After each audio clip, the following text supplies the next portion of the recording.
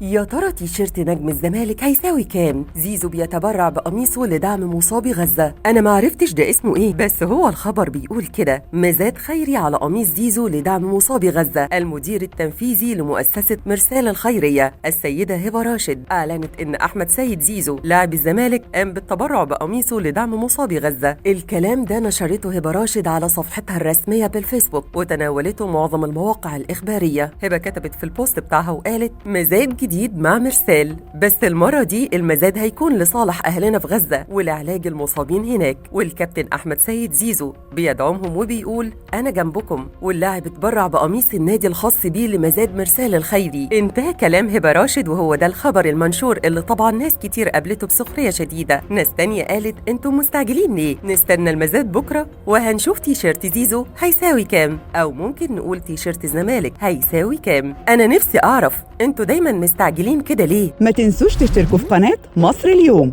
على يوتيوب وتفعلوا زر الجرس علشان يوصل لكم كل الأخبار أول بأول.